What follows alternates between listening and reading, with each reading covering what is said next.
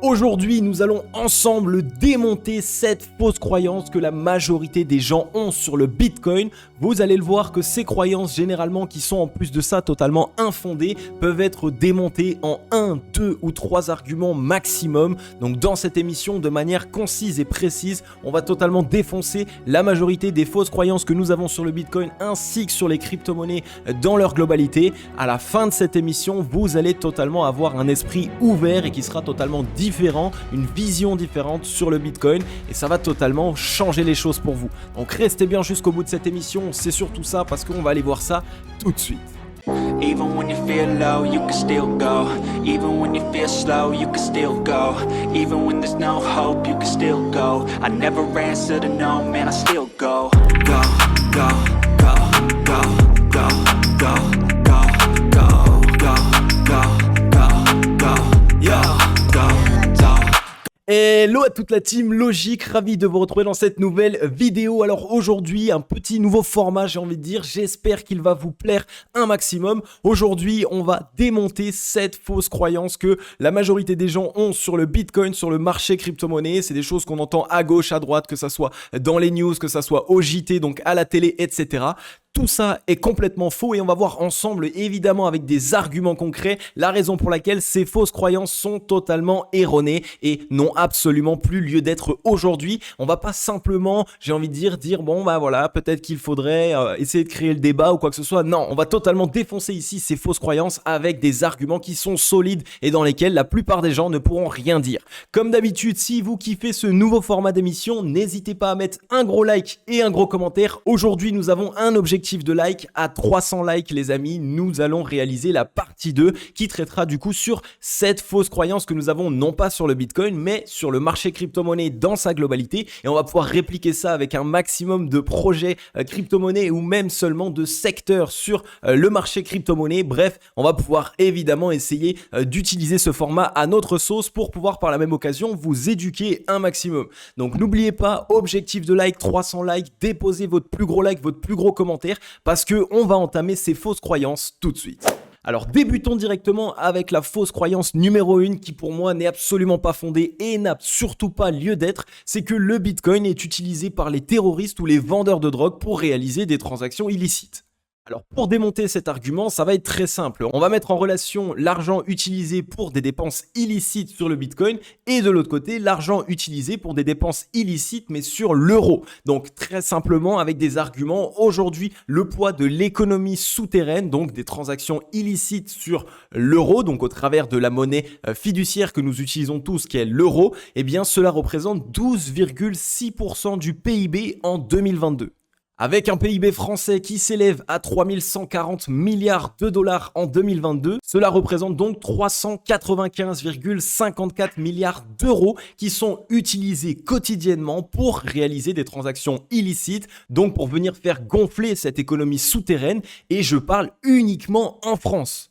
Tandis que sur le Bitcoin en 2021, nous sommes à 14 milliards de dollars qui ont transité sur des adresses liées à des activités illégales. Nous pouvons donc conclure que notre monnaie, l'euro, permet le transit de bien plus de transactions illicites que sur le Bitcoin, avec 81,64 milliards de dollars de transactions illicites en plus que ce qui est réalisé actuellement sur le Bitcoin. Et n'oublions pas un point majeur de cet argument, c'est qu'on parle ici uniquement des transactions illicites réalisées en euros en France. Alors que le Bitcoin, lui, vous le savez, est utilisé mondialement. Donc ça veut dire que les 14 milliards de dollars de transactions illicites qui ont été réalisées en 2021 sur le Bitcoin représentent ici toutes les transactions mondiales au travers de tous les pays. Donc je vous laisse imaginer un petit peu l'écart qu'il pourrait y avoir si on venait à prendre toutes les transactions illicites du monde entier avec toutes les monnaies fiduciaires, donc celles qui sont faites en euros, mais aussi en dollars, mais aussi en yens, mais aussi en roubles, etc., etc. Ensuite, croyance numéro 2 qui est complètement erronée sur le Bitcoin, c'est que les transactions réalisées avec le Bitcoin sont des transactions complètement anonymes. Alors pour démonter cette fausse croyance, ça va être très simple puisque le Bitcoin, toutes les transactions qui sont réalisées sur le Bitcoin sont immédiatement enregistrées dans la blockchain qui elle-même enregistre l'information, donc la transaction, dans des centaines de milliers d'ordinateurs, tous interconnectés dans le monde entier. Ces transactions qui sont enregistrées, elles sont consultables à n'importe quel moment, de n'importe qui et depuis n'importe où de la planète. Donc ça veut dire que nous avons tous et toutes la possibilité d'aller regarder chaque transaction qui sont réalisées et inscrites dans la blockchain. Ce qui veut donc simplement dire que non, les transactions réalisées avec le Bitcoin ne sont pas anonymes, bien au contraire, on a même bien plus de transparence et de flexibilité sur les transactions qui sont réalisées au travers du Bitcoin et qui passent donc dans la blockchain du Bitcoin, plutôt que sur les monnaies fiduciaires, l'euro, le dollar, etc. que nous utilisons. En bref, les transactions réalisées sur le Bitcoin ne sont absolument pas anonymes, bien au contraire, elles sont extrêmement transparentes. Croyance numéro 3, c'est tout simplement que le Bitcoin ne serait pas une monnaie car nous ne pouvons pas le dépenser. Alors aujourd'hui, il faut savoir que plus de 60 000 commerces dans le monde entier acceptent le Bitcoin comme moyen de paiement. De plus, il existe aujourd'hui des cartes de crédit, comme nous les détenons nous avec nos euros dessus, réalisées par Visa et par Mastercard, qui permettent au quotidien de dépenser nos bitcoins dans n'importe quel commerce et qui convertissent nos bitcoins directement en euros de manière automatique sans que nous n'ayons rien besoin de faire. Nous pouvons donc aisément payer avec nos bitcoins depuis n'importe où dans le monde grâce à des moyens de paiement tels que Visa et Mastercard. Croyance numéro 4, le Bitcoin n'a aucune crédibilité et est voué à repartir à zéro. Alors tout simplement pour répondre à cela, à la différence de l'euro, du dollar, du yen, bref de toutes ces monnaies fiduciaires, le Bitcoin lui a des règles qui sont déjà établies, qui sont même préétablies et qui ne peuvent plus jamais être changées. Dans ces règles connues à l'avance par tous, nous savons que d'ici 2140, il n'y aura que 21 millions de bitcoins en circulation et pas un seul de plus. Il y a donc ici un effet de rareté majeur avec une offre qui est limitée et une demande qui, elle, est en constante évolution. C'est donc ici la loi de l'offre et de la demande qui pousse le prix du bitcoin à la hausse. Tandis qu'en parallèle de ça, des centaines de millions de nouveaux euros ou de nouveaux dollars sont remis en circulation, ils sont imprimés par la Banque Centrale Européenne et sont remis directement en circulation sur le marché. Ce qui veut dire que du coup, notre monnaie comme nous la connaissons a un effet qui est inflationniste, donc il va y en avoir de plus en plus puisqu'on continue d'en imprimer et en remettre sur le marché, donc on augmente énormément l'offre, mais de l'autre côté, il n'y a pas forcément plus de demandes qu'il y en avait avant.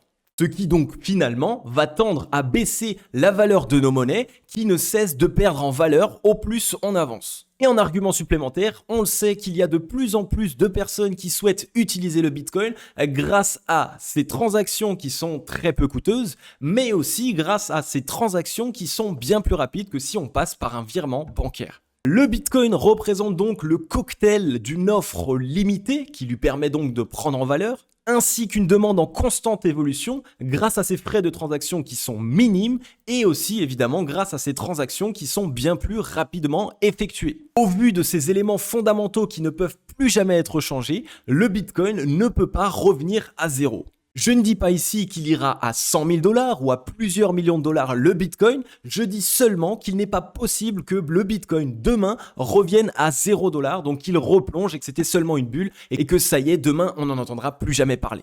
Croyance numéro 5, après avoir acheté du Bitcoin, nous ne pouvons plus jamais retrouver nos euros. Alors comme je te l'ai déjà expliqué précédemment, aujourd'hui nous disposons de cartes de crédit Visa, Mastercard qui nous permettent quotidiennement de dépenser nos bitcoins tout comme on dépense aujourd'hui nos euros avec notre carte bancaire pour aller faire nos courses, pour faire des achats du quotidien, etc. etc.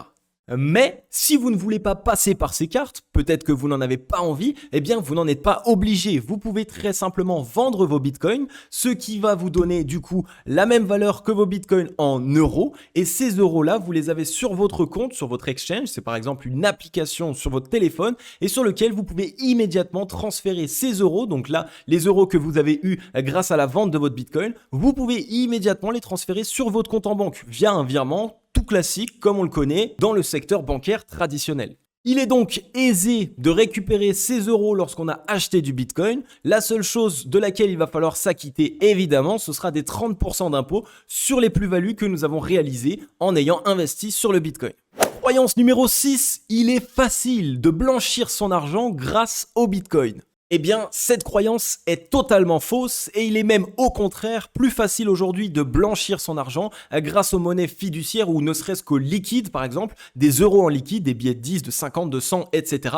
Eh bien, il est bien plus simple aujourd'hui de blanchir son argent avec l'argent liquide qu'avec le Bitcoin. Pour la bonne et simple raison que, comme je te l'ai expliqué précédemment, chaque transaction réalisée sur le Bitcoin sont inscrites dans la blockchain et la blockchain, c'est un livre ouvert que n'importe qui peut consulter à n'importe quel moment. Les données enregistrées dans la blockchain sont infalsifiables, mais surtout, elles sont extrêmement traçables depuis n'importe où et par n'importe qui. Tandis que si on devait faire la mise en relation par rapport au système bancaire, les transactions bancaires qui sont réalisées aujourd'hui ne sont accessibles uniquement que par les banques. Donc cela veut dire que si à un moment donné il y a un banquier frauduleux qui souhaite faire passer des transactions un petit peu sous les radars, il peut facilement le faire et bien plus simplement que s'il voulait essayer de passer par le Bitcoin. Et ensuite, croyance numéro 7 est la croyance la plus folle, j'ai envie de dire. Le Bitcoin est une bulle et n'a aucune valeur intrinsèque.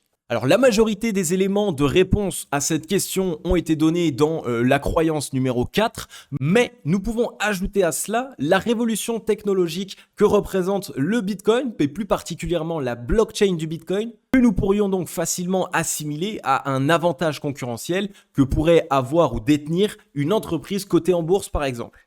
En investissant sur le Bitcoin, nous prenons aussi un pari sur l'avenir technologique qu'il représente, comme pourrait le faire un investisseur qui achète des parts d'une certaine société parce qu'il croit en son développement futur. Alors le Bitcoin finalement c'est quoi? Eh bien c'est une offre qui est limitée, une demande qui est en constante évolution, qui apporte une solution technique utile et qui révolutionne le secteur bancaire comme nous le connaissons aujourd'hui. Il allie à la fois transparence et sécurité à l'aide de sa blockchain, qui elle-même permet des transactions plus rapides, moins coûteuses que si nous passions par le système bancaire traditionnel. Et voilà, nous venons de démonter ces 7 fausses croyances infondées que les gens ont, que la plupart des gens ont sur le Bitcoin, qu'on peut voir circuler dans les médias, à la télé, etc., etc. Et comme vous le voyez, c'est absolument pas ce qu'on cherche à nous faire croire. Ces fausses croyances, malheureusement, aveuglent la majorité des gens et donc ils n'arrivent pas à voir la réelle utilité qu'a le Bitcoin aujourd'hui, mais surtout la révolution technologique qu'il apporte. Alors j'espère que cette vidéo vous aura plu un maximum, mais surtout qu'elle vous aura aidé à mieux comprendre et surtout à ouvrir les yeux sur ce qu'est le Bitcoin réellement et quelle est sa vraie valeur intrinsèque. Si c'est le cas, comme d'habitude, n'hésitez pas à mettre un gros like et un gros commentaire. Objectif 300 likes sur cette vidéo et je vous fais du coup une émission numéro 2 sur ce nouveau format. Donc n'hésitez pas les amis, défoncez-moi cet objectif. J'aime beaucoup ce nouveau format d'émission et j'espère surtout qu'il pourra vous plaire à vous aussi. Donc voilà la team, en tout cas ça m'a fait super plaisir de pouvoir vous faire cette émission, nouveau format j'ai envie de dire, un petit peu plus dynamique et aussi un petit peu plus punchy parce qu'on voit beaucoup de bêtises à gauche, à droite, sur le Bitcoin, sur le marché crypto-monnaie, etc. Ça aveugle les gens après ont peur de ce marché alors qu'aujourd'hui il représente un tas d'opportunités. Donc voilà, en tout cas ça m'a fait super plaisir, comme d'habitude la team vous le savez, on se retrouve d'ici peu dans une prochaine émission. Je vais vous souhaiter à tous et à toutes une agréable journée ou une agréable soirée, c'était Cryptologique. Ciao, bye bye.